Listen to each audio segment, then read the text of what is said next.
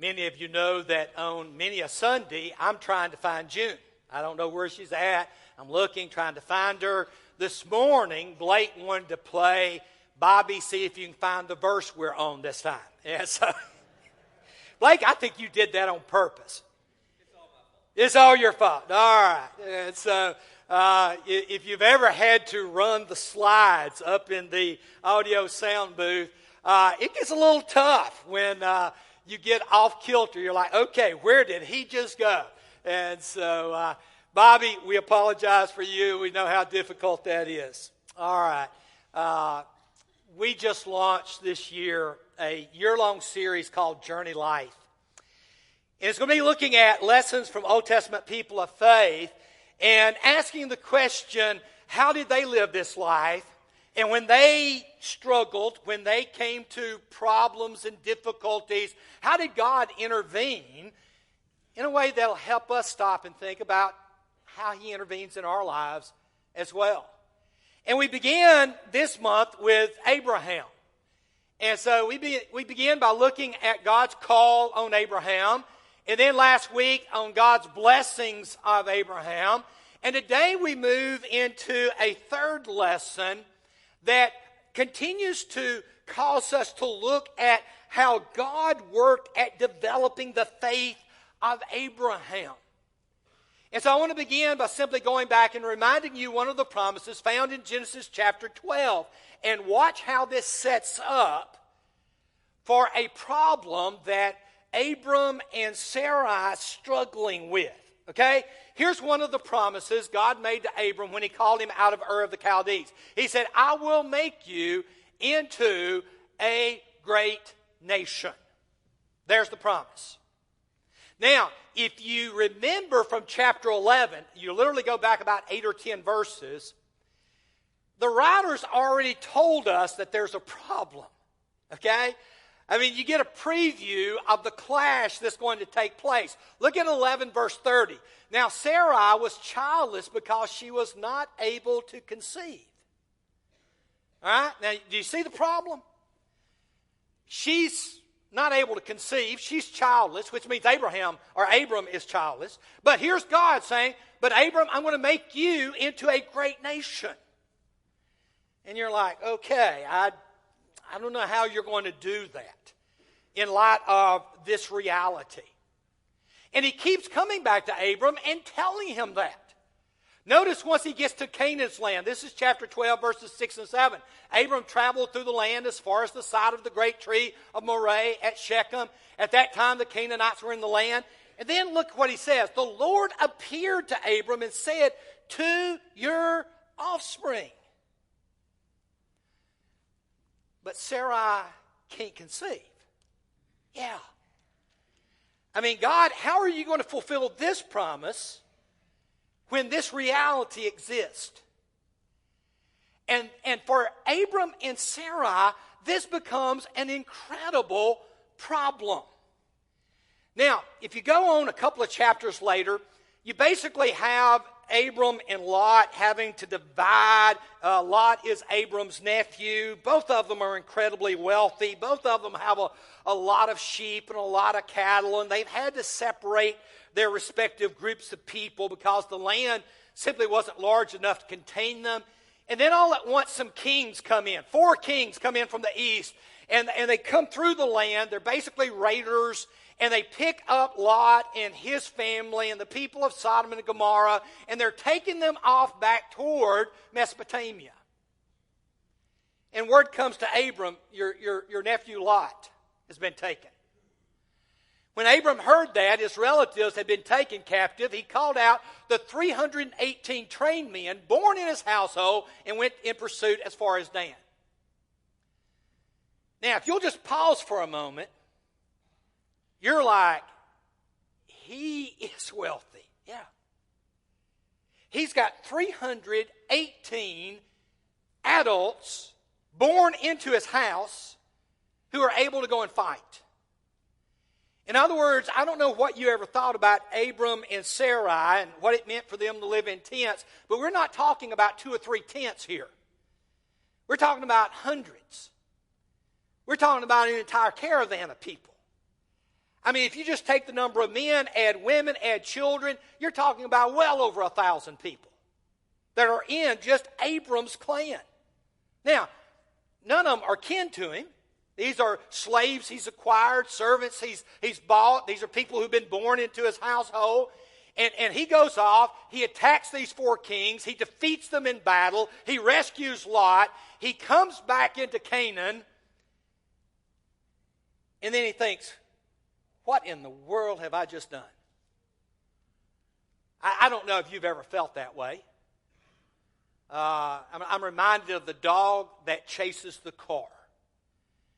I've always wanted to know, what if you let him catch it? What does the dog do? I had a benevolent case many, many years ago of where a guy who had scammed the church, that happens sometimes, sadly, had come back to scam the church a second time. I had been involved in both scams. But when he came back the second time, I didn't remember him. I just didn't remember him. He's sitting there asking for money. I'm having him fill out paperwork. I said, I need a copy of your driver's license. I hate to have to do this, but people sometimes scam the church. And he said, really? They scam the church? And I said, yes. I hand him his driver's license back, look at it on the sheet of paper, and instantly recognize his name. Because I'd called the police about him. And I looked at the sheet of paper and I said, and you're one of the low-down scammers who scammed us. And he said, oh, no, I would never do that. I said, yeah, you did. I remember your name. I said, I'll tell you what, we're going to help you. I've got 2 deacons back here in the back.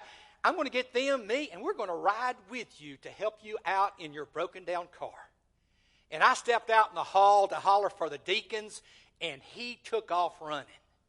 Out, down the hall, through the doors, into the parking lot. Y'all want to guess what I did? I went after him. I'm running after him. I'm going to catch this guy. And of course, he jumps in his car, squalling tires, takes off. And I'm telling June about this later, and she said, can I ask you a kind of a dumb question? And I said, sure, what? She said, what would you have done if you caught him? I'm like, I didn't get that far ahead in the story. Abram didn't get that far ahead in the story. He had just taken his men and fought against 4 kings. And of course, because of God, he defeated them. But afterwards, he's thinking, what have I done? And so God comes to him, very next text, and says, do not be afraid, Abram. I'm your shield. You don't have to worry about these guys. They're not coming back. I am your very great reward. And when he says that, Abram finally thinks, okay, now's the time to have a talk with God. And so he shoots back at God his frustration. And he looks at him and says, Sovereign Lord, what can you give me since I remain childless? And the one who will inherit my estate is Eliezer of Damascus. You have given me no children. Here's Abram. It's now been 10 years. God, when are you going to give me children? And God says, all right. And by the way, have you ever wondered what God is doing in your life? I do on a regular basis. I'm going down this, and all at once, this is not working anymore. And I'm like, okay, God, I'm not rightly sure where you want me to go or what you want me to do. And that's where Abram is. Abram's like, God, you called me, you promised me, and I've been waiting, and I just don't see you doing anything. And sometimes that gets incredibly confusing. And then the word of the Lord came to him. This man will not be your heir, but a son who is your own flesh and blood will be your heir. And he says, Abram, I want you to go outside, and I want you to look up in the sky, and I want you to see if you can count the stars. And he goes out and he looks up, and God says, that's how numerous your descendants are going to be. And you think, wow.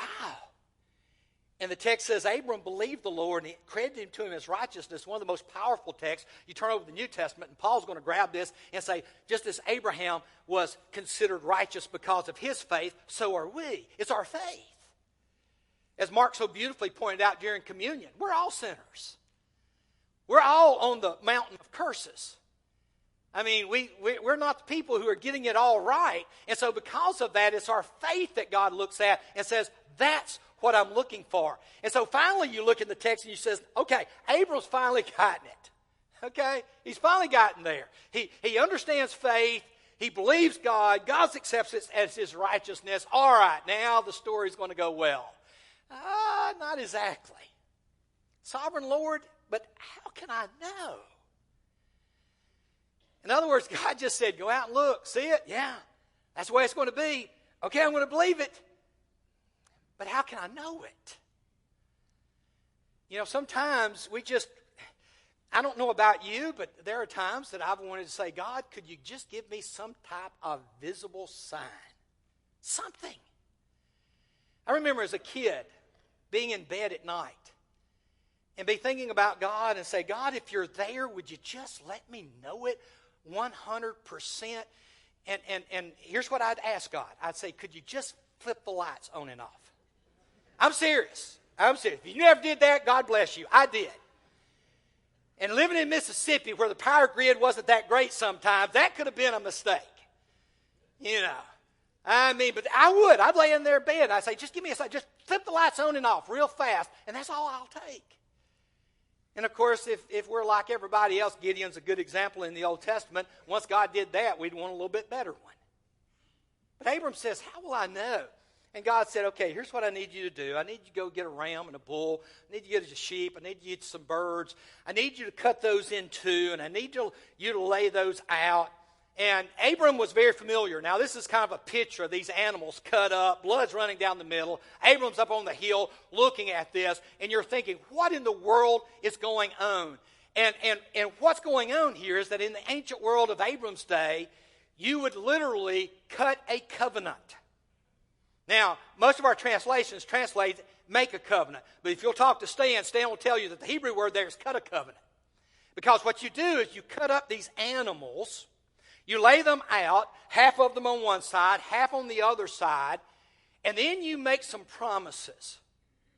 And then you seal the covenant. Notice what God says to him. He says, okay, let me just tell you how confident I am that you're going to have descendants. And he says, know for certain that for 400 years your descendants. What's he doing? He's going into the future. And he's saying, listen, your descendants are going to go down to Egypt. We know that from the rest of the book of Genesis. And there they're going to serve the Egyptians. They're going to enslave them. You see that in the first part of Exodus. And then I'm going to bring them out, and I'm going to punish the Egyptians because of what they have done to your descendants. In other words, God said, can I give you a preview literally hundreds of years into the future? Will that help? And then all at once a fire pot appears.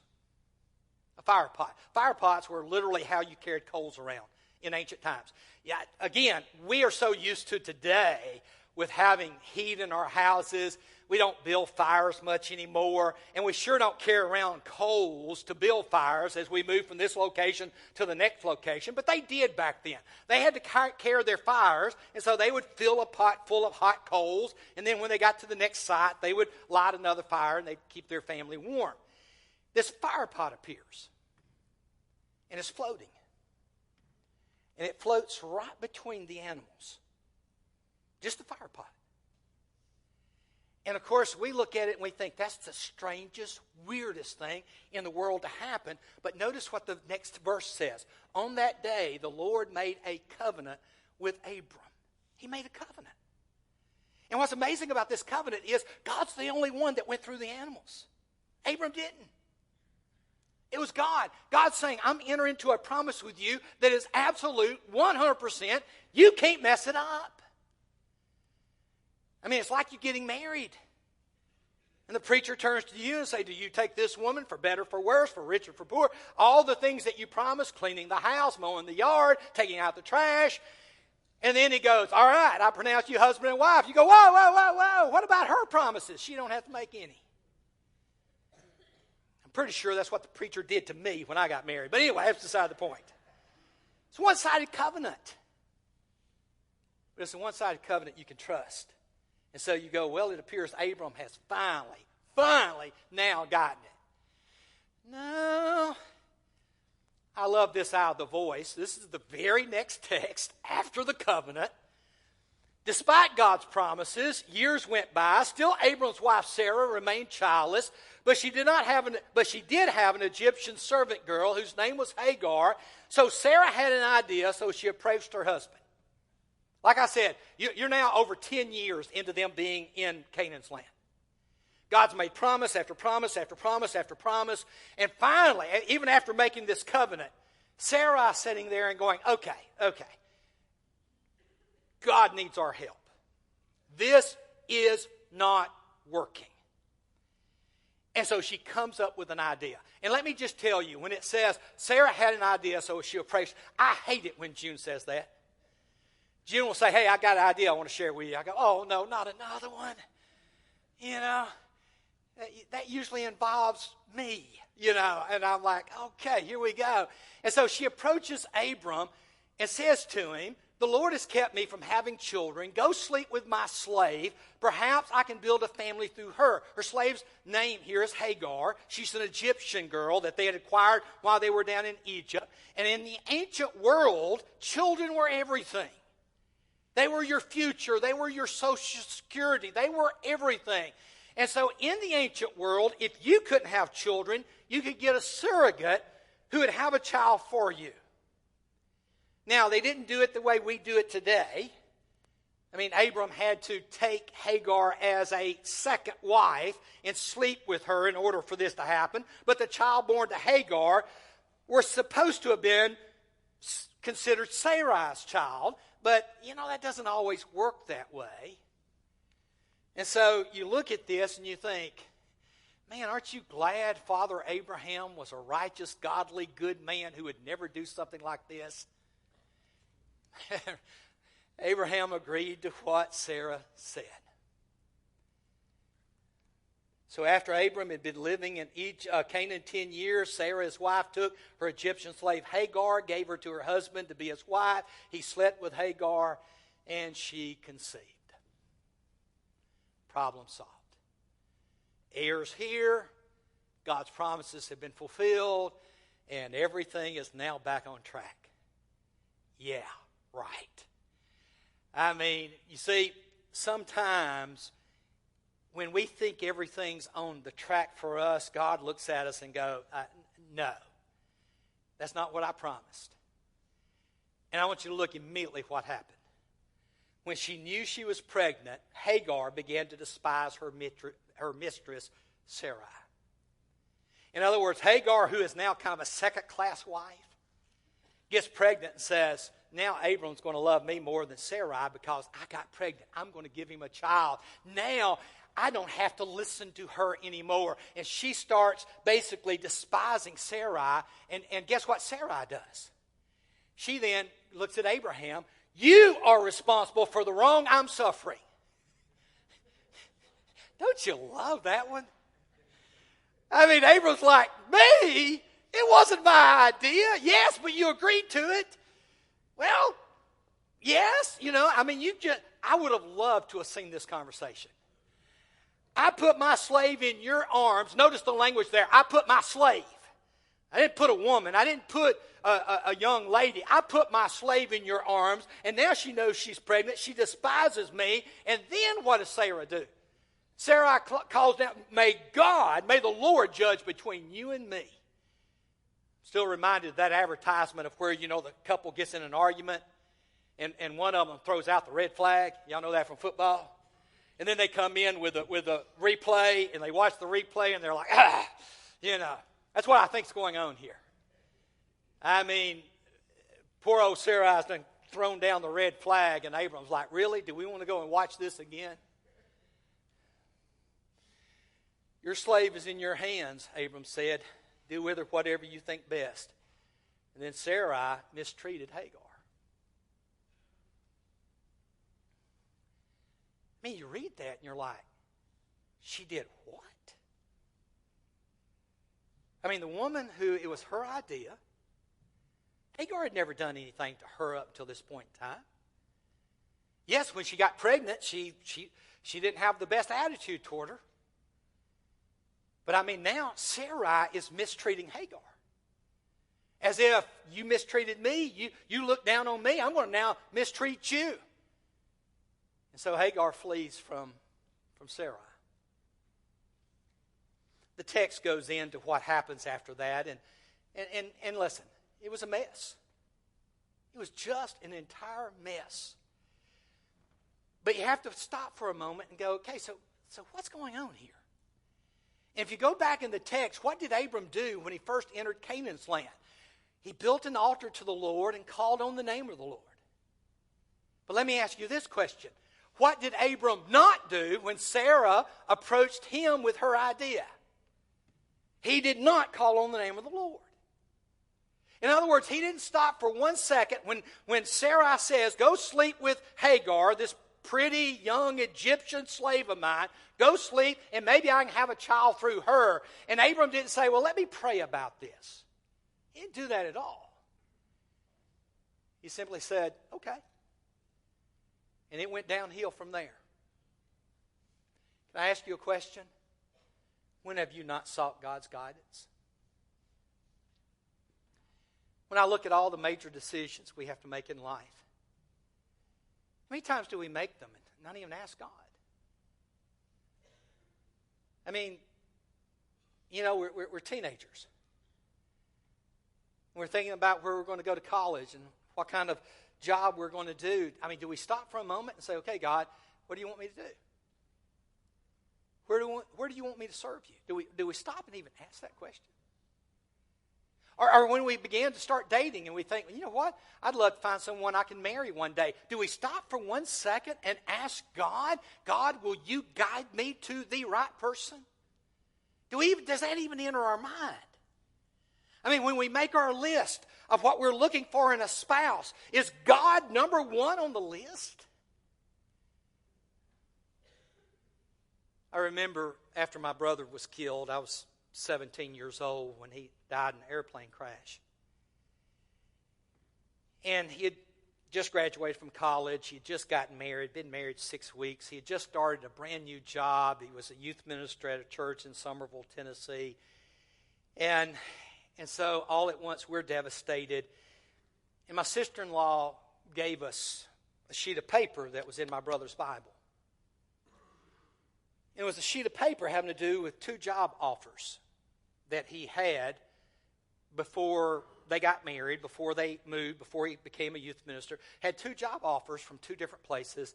And he had listed, here's the strengths of these and here's the strengths of these. And number 1 on the church he chose, or the work that he chose, was I can serve as a youth minister in the church. Wow. You're talking about bringing comfort to us. Because we knew that he was looking to the Lord to guide him. I can't answer a lot of other questions. He died 6 weeks later. But I know that gave us a lot of comfort. Have you sought God's guidance? If not, maybe it's time to stop. And I've taken the word stop because I want to just be very specific with four suggestions for how you not make the same mistake Abram and Sarai made. I mean, a mistake that affected them the rest of their life. I mean, it's one of those mistakes that you're like, really? And so how do we stop when we're not sure what God is doing and try to say, okay, God, I don't know what's going on here, but I need your help. How do we stop? First of all, is seek God's will. Right off the bat. Call on the name of the Lord. Now, there's a couple of ways to do that. Number 1 is just need to open your Bible. I mean, sometimes the best way to look for what God wants us to do is just open up the Bible. For instance, when it comes to who you pick to marry, open up the Bible. I mean, you look for those characteristics. You turn over to the book of Proverbs, and Proverbs says, listen, can I tell you something? A woman who fears the Lord. Beauty is vastly, quickly gone. Charm is deceptive. But the woman who fears the Lord, the man who fears the Lord, that's what you look for. Just open the Bible. So many times the answers are simply there. Number 2, and then pray. Seek, call upon the name of the Lord. Number 2, let me go back. I want you to remind you what James says in his little epistle, half-brother of Jesus. You do not have because you do not ask God. I mean, I wonder how many times we're going to get in eternity and we're going to say, God, I don't know why in the world you didn't bless me with this over here. And God said, did you ever ask me for that? Well, no. If you don't ask, you don't receive. Number 2, talk. Talk to trusted spiritual advisors. Now, let me say something here. Number 2, trusted. Trusted. Spiritual advisors. If you've got to make a decision, find people that you trust and bounce the ideas off of them. Now, let me say, it's got to be that you trust. I remember a young man came to me one time and he says, Les, I've got this job opportunity. Here's what it is. What do you think about it? And I said, don't do it. Don't do it. Don't do it. Don't do it. You don't need to do that. And he says, well, but I think it'll turn out great. I really, really do. And I said, well, have you talked to anybody else? Well, yeah, I talked to brother so-and-so about it. What did he say? He said not to do it. I said, so brother so-and-so said don't do it, and I said don't do it. So what are you going to do? Y'all want to guess what he did? He did it. And then anybody want to guess what happened a year later? Exactly what both of us told him would happen. I mean, we said, if you do this, here's what's going to happen. And it's exactly what happened. And, of course, ended up leaving the job. I mean, if you don't trust someone, don't ask someone simply to say, oh, you're on my side. Listen to them. The way of fools seems right to them, but the wise listen. They listen to advice. Number 3, what about open doors? Do you see any? It's amazing how God opens doors. I mean, I love seeing that. June and I, our youngest son, is a banker up in Toledo, Ohio. And several years ago, he had gone to Austin, Texas for a job down there, and it was a job that just blew up on him. I mean, literally blew up on him. And he was working for an individual that wasn't honest and wasn't a good person. And I remember him calling me, and he's like, Dad, I don't know what to do. And June and I said to him, get out of there. Turn in your resignation in the morning, pack up, you get back to Nashville. And that's exactly what he did. It had been an awful, he thought it was good looking at it, but it had been an awful decision. And he came back and he's like, I don't know what I'm going to do. He was about to get married. He needed a job. And then all at once we're at Home Depot down in Rivergate, and I see an old friend of mine, and we got to talking, and I said, you don't know anybody that's hiring, do you? Kyle here is looking for a job. And he said, yeah, I'm fixing to hire somebody. And I'm like, you're fixing to hire somebody? He said, yeah. He said, come in and talk to me. I mean, come in Monday, talk. And the next thing I know, our son was working at a bank, and he's still in banking all these years later. Sometimes when one door closes, God opens another one up. Look for open doors. Paul said, pray for us too, that God may open a door. God is a God who opens doors. Let's let him do it. And then finally, number 4. And then you got to patiently wait. You got to wait. And Abram's like, boy, but I'm tired of waiting. God says you should have waited a little longer. You need to learn to patiently wait. A part of what faith is all about. And so, simply one question. And by the way, Hebrews 6:15 commenting on Abram. And so after waiting patiently, Abraham received what was promised. He finally got it. But he had to wait. And so what do you need to stop? What do you need to stop and think about before making a decision? I hope that maybe some practical suggestions here have helped this morning. If I can be of assistance, we've got elders around who also can help. Come and let us know how we can help. You can do that right now if you want to. As together we stand and sing.